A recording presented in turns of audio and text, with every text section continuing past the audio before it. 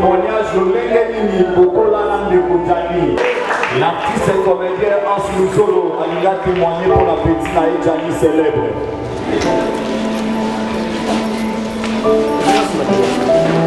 Bonjour à tous. Bonjour. Voilà ceux qui font la témoigner pour la Djani. Djani, Azar, petit frère mon aïe Nassimaya Yadada. De temps en temps, on a eu Europe Sonaï, Maya Dada. Alors Djani a un numéro dans ma téléphone. Napoto avec un tout le temps. Le solo là, Abis naïe pas qu'il évolution par rapport à sur les gars. Si pour la comme l'Afrique d'ici, je pense que ma portable est là-bas, dans une photo là. Je n'ai pas eu vraiment beaucoup de temps, il y a voyé personnellement, mais à lui voyant comme ça, c'est un petit hasard vraiment respect.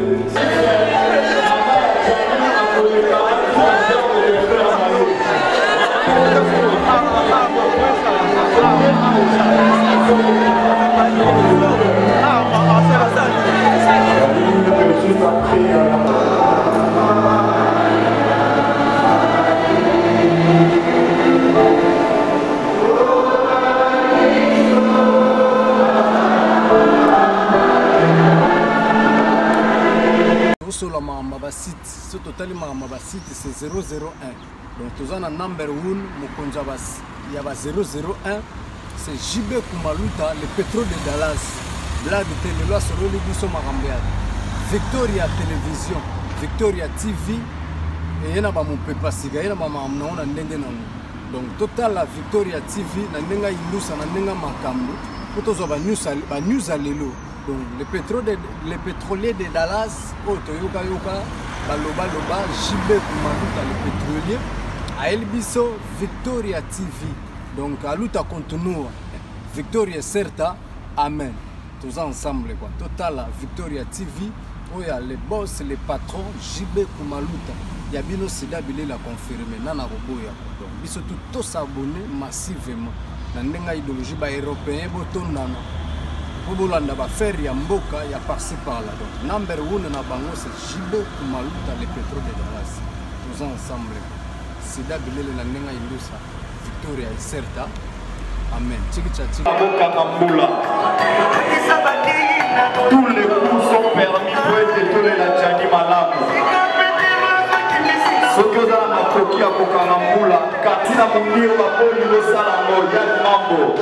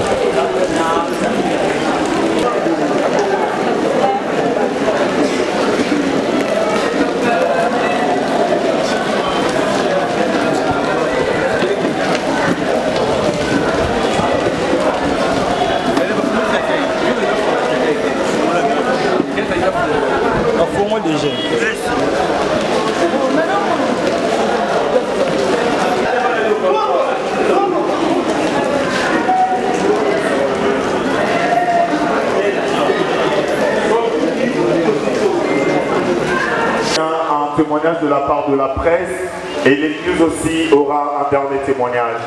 Juste après le témoignage, vous aurez le temps de vous recueillir devant la dépouille mortelle.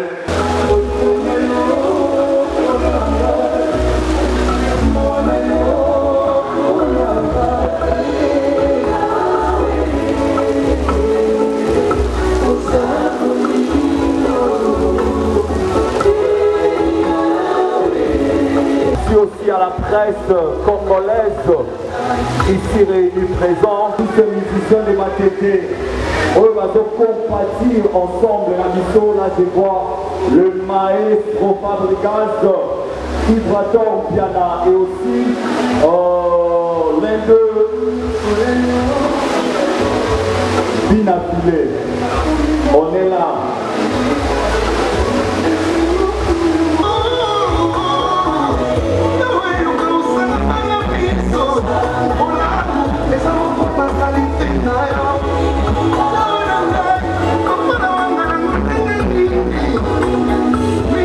Ozala papa ya quartier, maman ya quartier, grande soeur, grand frère, petit frère. Yaka na lombango opesa témoignage lolenge nini bokola na ndeko Jani. Tozape na besoin ya journaliste moko, tope cameraman moko ya kopesa.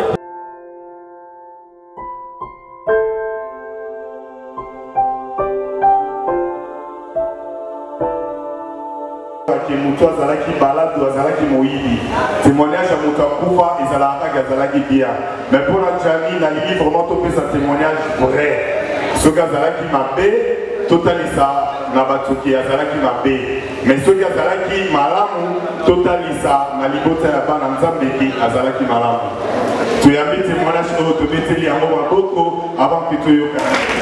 Merci bandeko boboto 15 aye koluka ngai alobi nalingi nasinaloke lokwa naza na saveri nalingi nakutana nzambe na nzela basakrema napula première communion kasi po te moto oriente ngai esengeli yo kozala kompare na ngai mpo nayebaki Jani depuis kala nasimbi Jani natamboli na Jani mais se napesa témoignage misa mpo na Jani na résumé ya liboso Jani azalaki mwana botosi na botosi ya Jani na pamaka na simbi Jani ate obenga na terme ya biso bajene na lelo te a chaque fois tokutana Jani aobenga papa a chaque fois pe tokutana ye te aokobela ngai papa ozala pobwakisi ngai ya mibale te na oloba mpo na Jani azalaki moto azali moto ya losambo mokomona totala Jani na kati na ndako tosolola topartage Jani ezinga lozi nzoto oyo eza ngai kasi molimo eza nzambe ata lelo namoni mpasi papa nayebi elobi nzambe akobikisa ngai ekomi avant semaine bavoyage akomeli nga na telefone papa oza wapi ngai naosala mobimbo deja mpo nayebaki akokende nakomi nayebani koswana Jani tosololi nasuka yebisi ngai ya lisolo alobi papa nazali kokende se nakei nazongi nzoto makasi nabiki kumisa nzambe se mpe nakei nazongi ete nazongi nzoto makasi te nzambe apenga kaka molimo na ngai kumisa mpe kaka nzambe manayebisi ye Jani nayebi oza mwana nzambe aye kotuna alobi nanyokwami mingi nasufri na pasi papa mokoni o ngai nakosestale vi na ngai po te nazwa mwasi po te nasala veni na ngai nayebisi nzambe aza kolo ya nyonso donc Jani azalaki mwana ya botosi Jani azalaki mwana ya bolingo tinga nayebi Jani na kintaku tinga nasimbi Jani non nazwa Jani na poa mabibi a chaque fois tokosolola tokokomana apesaka affection oyo mwana nyonso tu apesaka papa na ye donc alingaki nga makasi nga mpe nalingaki ye mingi Jani apema na boboto mpo azalaki moto ya losambo boboto ndima moko nanu tomone na mabe te kandi balobaki motu soki akufi maloba kaka ya malamu mpongo ya mabe Jani nanu tomone na mabe te tokoli na ye ensemble tosakani na ye jana mesanga na koseka azalaki ata bosala baje so okateli ata réponse ye obimisa moto wanjani. Merci beaucoup. Wana Moninga Adjani. Voilà comment on maîtrise. Beaucoup de Moninga pour la année, pour la moi. Je vais dans le témoignage. Là, je vais avoir été dans le souci de l'église Saint-Alphonse, je crois bien. Et si tu as des pour Samara, bon, maman Souzy avait copié sa version témoignage. Il y a un témoignage de Nambobé, il a eu un beaucoup. Juste pour la part encourager.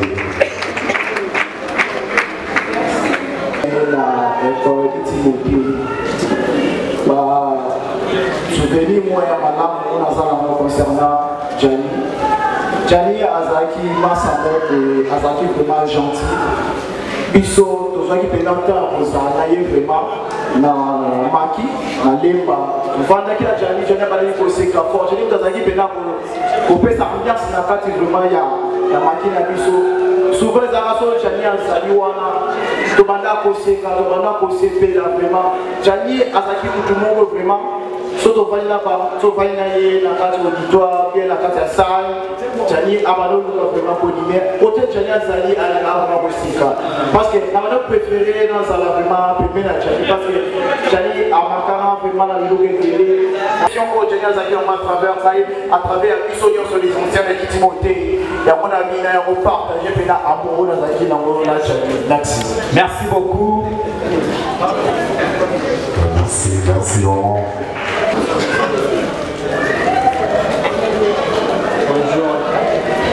Bonjour à tous et à toutes.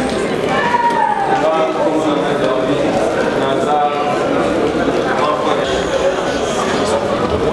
Gianni azalaki na bafaçon moko boye oyo libanda mpe kolekela mwela azalaki kofilme ngapelaka soki eloko na mosala na bandozongo na ye ata sandiki aosilika baminute voire ekokoma minute oyo basekonde azwa kaka kina mokodo imaginable donc bando olobaka ke nga na obika nga selebo na obika azalaka jamai na okotike ye okei ok madame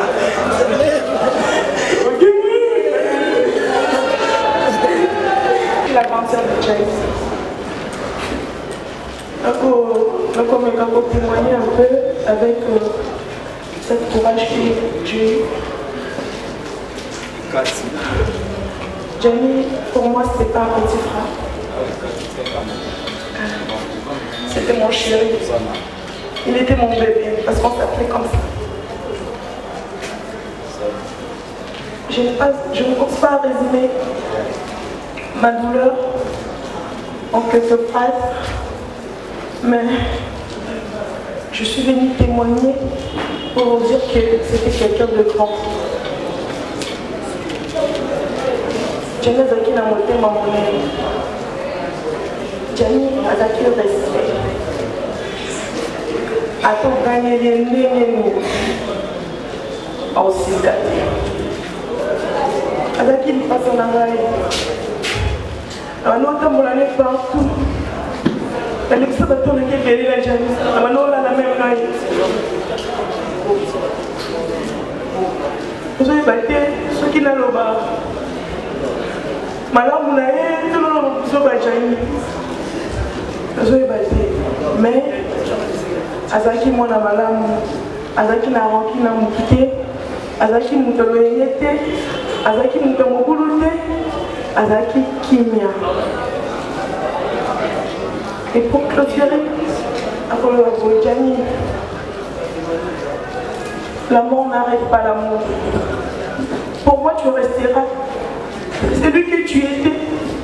Je t'aimerai pour toujours, mon bébé. Je t'ai toujours aimé, chérie. Pour moi, tu es le grand homme que tu es. Tu resteras à jamais dans mon cœur, à jamais, Gianni. Repose en paix. Je t'aime toujours.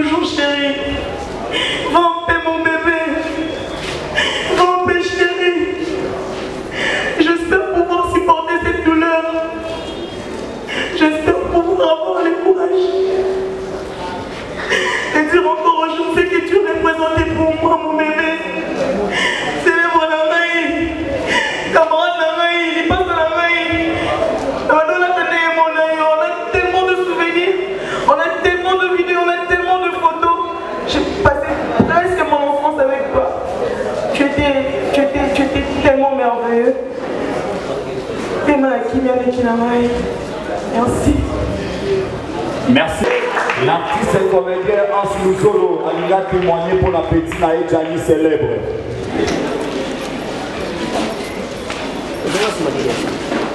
Bonjour à tous. Bonjour. Voilà ceux qu'il faut la témoigner pour Nadjani. Djani, Aza, petit frère Monaïbi Nassima ya Dada. De temps en temps, on a eu Europe Sonaï, Baya Kana Dada. Alors Djani a un numéro dans le téléphone. Napoto a tout le temps. Donc sur le Apis Naïba qui évolution par la sur les team pour la Coupe d'Afrique d'ici. Je pense que dans ma portable, dans ma photo. Je n'ai pas eu vraiment beaucoup le temps, il y a voyé personnellement, mais à lui voyant comme ça, c'est un petit hasard vraiment respect. Il y a voyé parce que Nakomaki mardi, tant par rapport à tout ce qu'il a demandé sur le Lanaï. C'est quelqu'un qui avait la foi, au moins à lui, il savait que Arubika peut comme la Bible nous dit, l'homme propose mais Dieu dispose. Nzambe a préféré les salamandés et salami de l'eau. Alors, Togolo Bakaga, que son âme repose en paix. Maintenant, profitez de l'occasion, on a le cas de Gênes, Bazape Belenga, Naza Gênes. Les a constat, oh, tout ça, le lot depuis un certain moment. Nathan Wakala. Les Alaga biso ba Gênes, tout ça, Kunda Bilengi. Mais les lots comme plus Bilengi, Bampakade, Bazokunda, Gênes. Donc, ils ont sujet à réflexion pour la biso. Toye baka kozala malamu na mokili en plus to tsanzambe liboso na makambo nyonso tozosala parce que oyo ekomeli ndeko na biso Djani lelo yo mpo kobimawa lobi toleli yo nga mpe na kozwa mpe likama alors tika ete nzambe vraiment batela biso tozawa sans nzambe tokokosala eloko te yebaka koprépare lobi na yo parce que liba place ekozwi oyebi te bongisa relation na yo na baninga zala malamu na bandeko nyonso pour l'hôpital au Kende, peut m'appeler na kimia. Et là on a pour le bagage, on a réconforté famille. Maman n'a pas de quoi Djani. La Bible dit c'est Dieu qui donne et c'est lui qui reprend.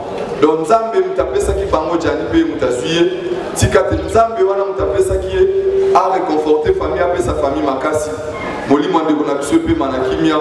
Merci beaucoup. Merci beaucoup.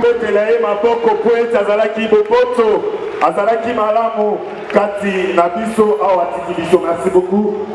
Nous continuons notre programme et directement nous allons connaître la personne qui nous réunit en séjour et qui en principe nous réunit en séjour, ce Bolobien Lunda Ngila Djani qui a une fois vu le jour un certain 7 juillet de l'année 1984, ici dans cette ville province de Kinshasa. 94, I'm sorry. Originaire de la province de Kwilu dans le district dans la province de Kwilu, dans le district de Kwilu, dans les territoires de Boulungu et collectivité de Kara au groupement de Lungu. Djani est né dans une famille comportant 3 enfants, dont il est l'aîné de sa famille. Pour ses études primaires, il a étudié à l'école Anunga, ici dans notre commune de Matete. Et pour ses humanités, c'est Aditi Motei qu'il a obtenu son diplôme d'État. Et pour son métier qu'il a apprécié de journaliste, je m'en vais inviter mon frère Junior qui va un peu nous éclaircir par rapport à sa carrière professionnelle. Merci beaucoup. Djani, c'est un professionnel de médias. Djani a émettre beaucoup plus dans les médias en ligne. Je crois que... Mais avant, Djani a débuté sa carrière dans les médias en ligne en 2014. Je crois que le premier élément a trompé Zao. En 2014, selon un témoignage et investigation aujourd'hui. Et Djani, il était un homme de bien vraiment, un homme très doux, un homme généreux. Nous sommes presque le soki boswani na Jani c'est que l'autre bandit. Donc c'est tout ça à ce qui concerne témoignage de la profession na ena biographie na ena. Merci beaucoup. Maman Sokosali banda Jani akufaki tina moya lelo. Sala ndenge mbule tobeta mais bato bazali kaka mingi na kati ya sala. Ezali kolakisa bolingo oyo bozali nango na kati ya famille ya Jani. Mpe boyoki batémoignage ya mwana na ndenge nini ezalaki. Na mokuse tolobi boye. Ata mbula ezali mais makambo ezokende kaka liboso. Topesi bino merci mingi. Na oyo bacontribue moralement, financièrement, spirituellement. En tout cas, nous avons les Nicolas dans le monde. Et c'est pour eux que nous allons y aller. Merci Nabino Mingi. Le programme est allé pour les matériels et balobi. Ce qui est aussi ici, mais au pays, côté Kajani, le cimetière et l'agricole. Bateau, côté Kala-Awa, moi, mon quai, au Ekomona, au juif cyclé, au petit merci dans au juif maï, au petit merci dans ce qui est Sili, au Pazani, moto la moto, à Zongi, dans la Matanga, les alliés. Mais quelques membres restreints de la famille, au Koutana, pour continuer sa Makambo, la dégué et les botas. En tout cas, merci Mingi. Nous avons attendre pour la vie. Merci. C'est ainsi pour t'honorer un hommage au garçon formidable que tu étais. Un homme avant tout d'une grande simplicité, avec un cœur énorme, forqué, aimant les gens et la vie, ne te prenant pas au sérieux.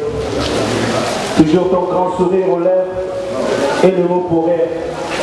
Drôle et toujours là quand on a besoin de toi. À l'écoute, compréhensif et réconfortant. Aujourd'hui, l'émotion est grande et notre peine immense.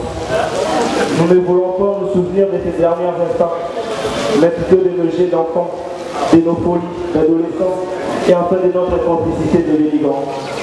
Nous voulons te dire combien nous sommes émus de voir l'homme que tu es devenu. Quel beau chemin tu as parcouru. Nous sommes si fiers de la réussite que tu as eue. Mais voilà que l'amour s'interpose sur la route de notre fraternité. Elle t'a ravi. Tu es parti. Car la mort a ses raisons que notre raison ignore. Nous n'avons pas le mot pour exprimer la puissance de la douleur.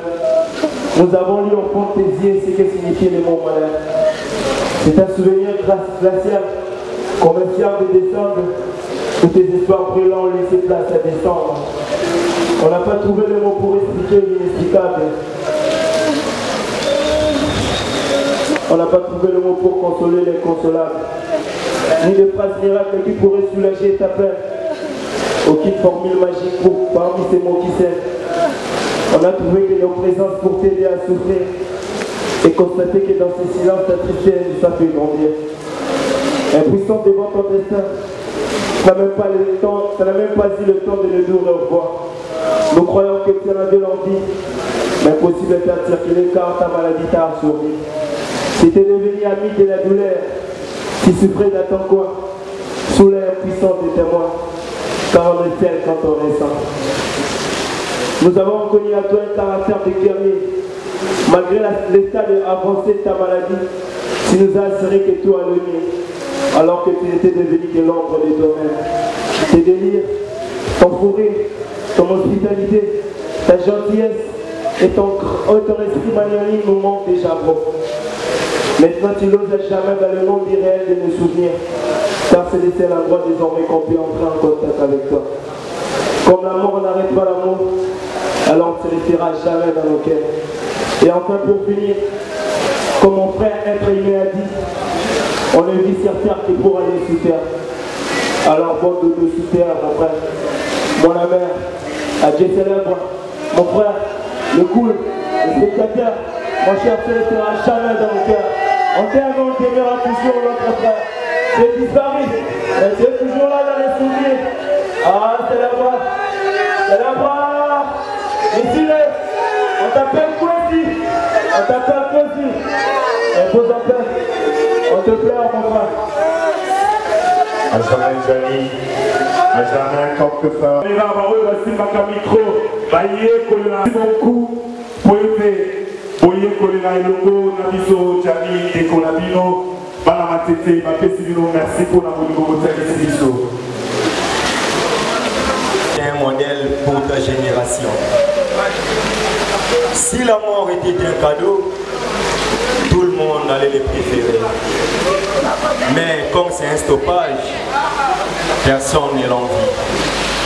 Que dirions-nous à l'égard de toutes ces choses, cher Jani? Tu es parti à fleur d'âge, tu pouvais mieux servir ces pays, pourquoi pas ces continents africains. Cher Jani, tu resteras à jamais dans nos cœurs. Tant que la presse existera en République démocratique du Congo, tant que la presse en ligne que nous appelions communément YouTube ou Internet existera, Jani, ton nom ne sera jamais effacé. Oui, la mort est certaine, mais l'heure de la mort est incertaine. Nous sommes en esprit aux mêmes places, car Birago Diop a dit les morts ne sont pas morts. Ils sont dans l'au-delà. Tu nous as juste précédés, nous qui sommes tes frères. Tu sais combien nous t'aimons, tu avais la foi et la ferme assurance. Personnellement, tu me disais, viens et aussi dans bien. Mais aujourd'hui, tu es là. Tu ne sais pas voir ce que nous pensons de toi. Voilà tes chers frères mobilisés sous cette pluie battante. Et nous te disons adieu Jani. Nous sommes chrétiens, nous croyons à la résurrection. Un jour, nous allons nous voir et nous allons applaudir ensemble l'assistance. Applaudissez pour Jani, applaudissez pour Jani, nous le célébrons. Merci. Jani Maboko, merci beaucoup la presse, merci beaucoup, que Dieu vous bénisse. Que Dieu vous bénisse pour cet amour manifesté. Donc cet amour que vous avez manifesté en ce moment nous va droit au cœur. C'est bon.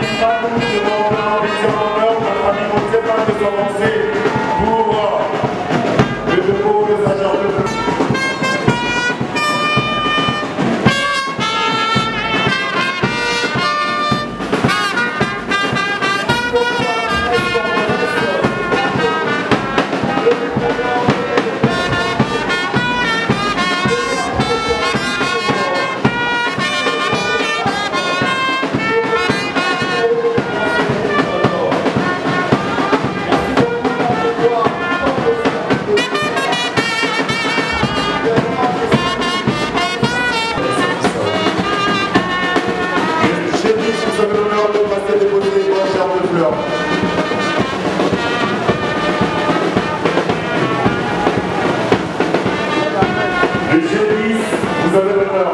Vous avez posé la maman à l'Opa, au pauvre, à la télé, à la télé, au matin. Ceux qui vraiment ont été dit, parce que vous avez au côté de la télé.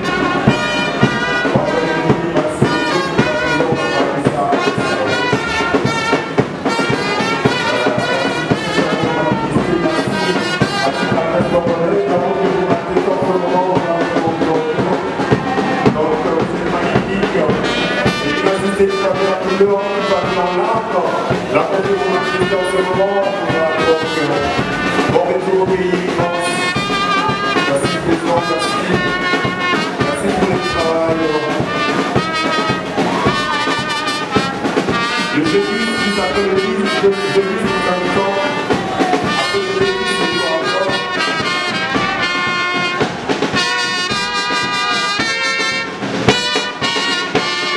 Après le jeudi, je m'en vais inviter Cédric. Pour mon jeudi, c'est là où on va travailler Fabien Cali.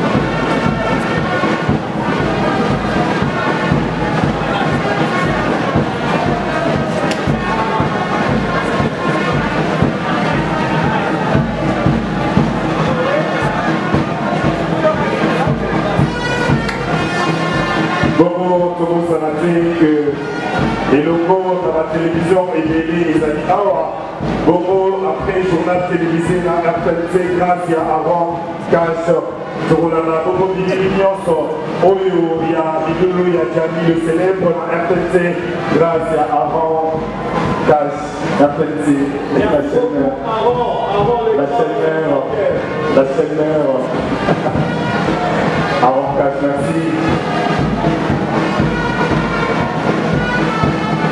Bobo Simaria, Bandémonabis et la carte d'Itakou, donc qui sa Bobo et Biochora, collègue à Pona Debo, il y a Charles Fleur, et Biochora, vous avez l'honneur.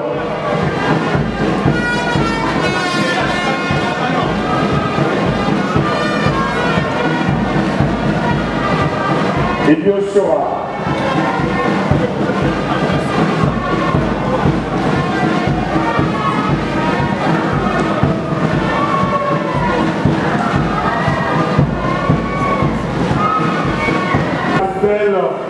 Avant du prochain, c'est ça? Avant du prochain, vous avancez pour l'heure de pause de Charles de Fleur. Asbel, avant du prochain, vous avez l'honneur.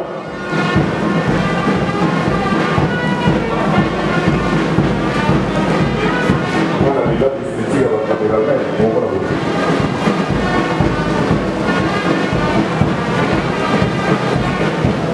Merci à Rancage, merci pour les images, merci beaucoup.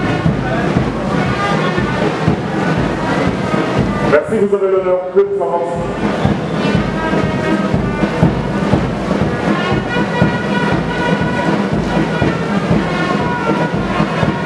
Un professionnel de médias par moi à la Mazoya.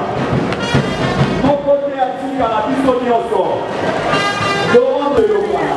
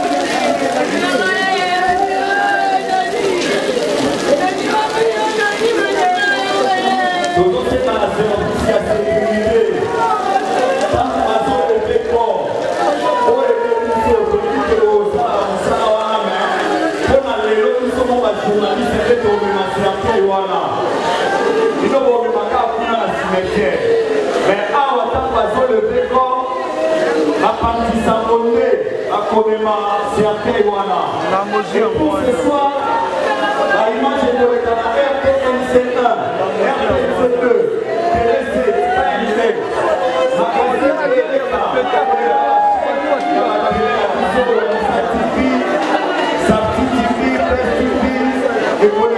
Ce programme après avoir fait au église pour la personne. Merci beaucoup.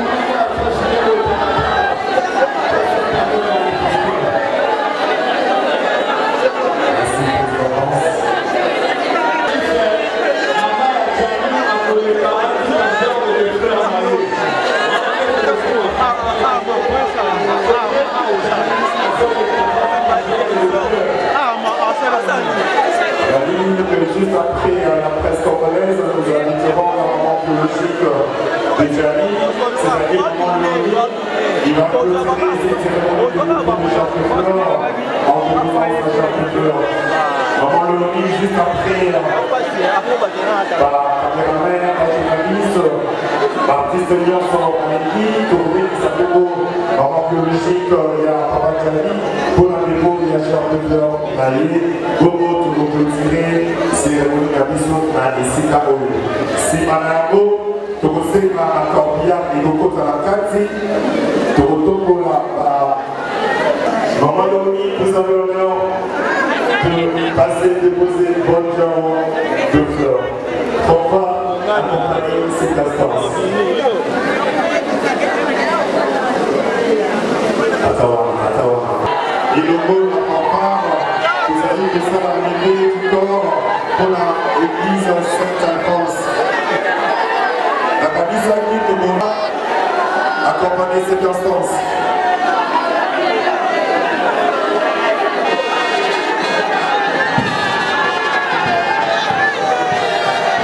Vous allez vous mobiliser là, quand vous allez mobiliser, s'il vous plaît, Kevin, à tout le monde va sortir encore. Faites ça. Oh, on va utiliser la vie aux amis,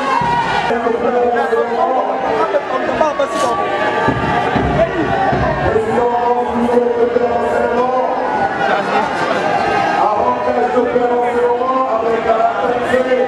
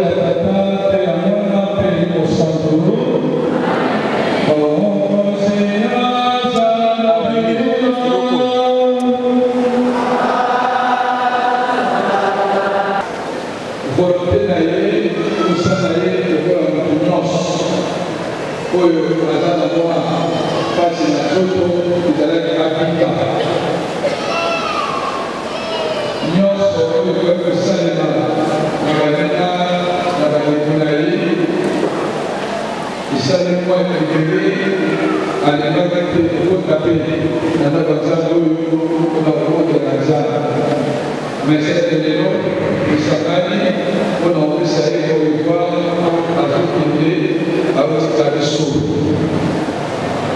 Soto le pays, mais ma quasi conséquent parfois elle est loin pour la mais au poteau, je suis avec le Tikali, pour lui en polo la biso, et à la carte de la biso, quand je m'appelle le Soki Nzambe, à Bolinga, Tokuta. Beaucoup de gens oyo qui est la biso,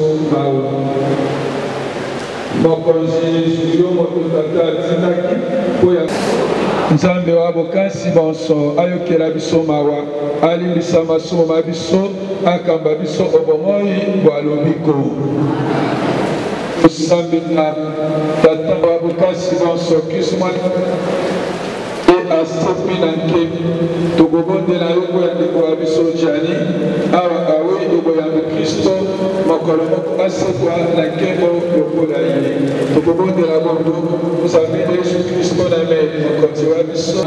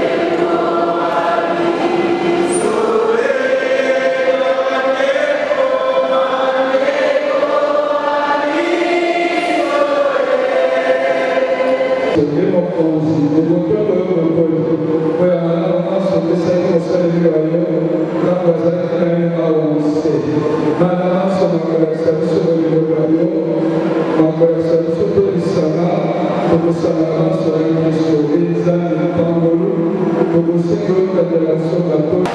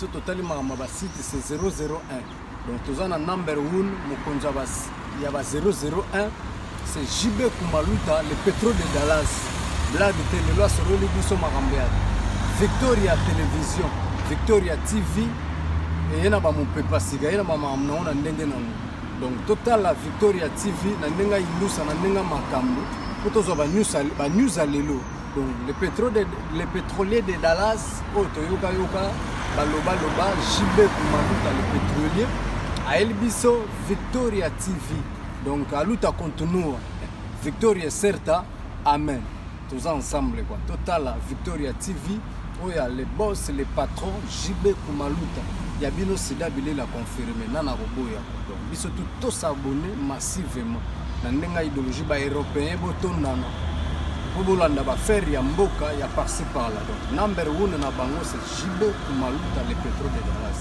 tous ensemble sida bilé la ndenga indusa Victoria certa amen tiki